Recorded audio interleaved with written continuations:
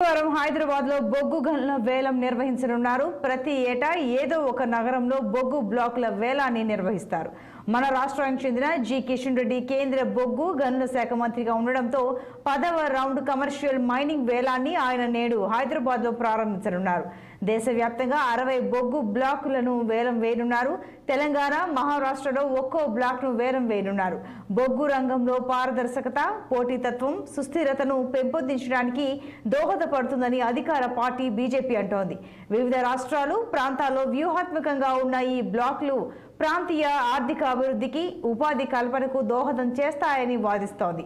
అయితే ఈ వాదనను రాష్ట్రంలో అధికారంలో ఉన్న కాంగ్రెస్ తో పాటు బీఆర్ఎస్ మొదలగు పార్టీలు వ్యతిరేకిస్తున్నాయి. కేంద్రం కార్పొరేట్లకు దేశ సంపదను దోచిపెట్టేందుకే వేలం అని విమర్శిస్తున్నాయి. రాష్ట్రంలోని కాంగ్రెస్ ప్రభుత్వం మాత్రం వేలంలో పాల్గొనేందుకు నిర్ణయించింది. బిడ్లో పాల్గొనకపోతే సింగరేణి కనుమరుగవుతుందని ఆందోళన వ్యక్తం చేస్తోంది. గత బీఆర్ఎస్ సర్కార్ వేలానికి మద్దతు పలికిందని ఈ సందర్భంగా తెలుస్తోంది.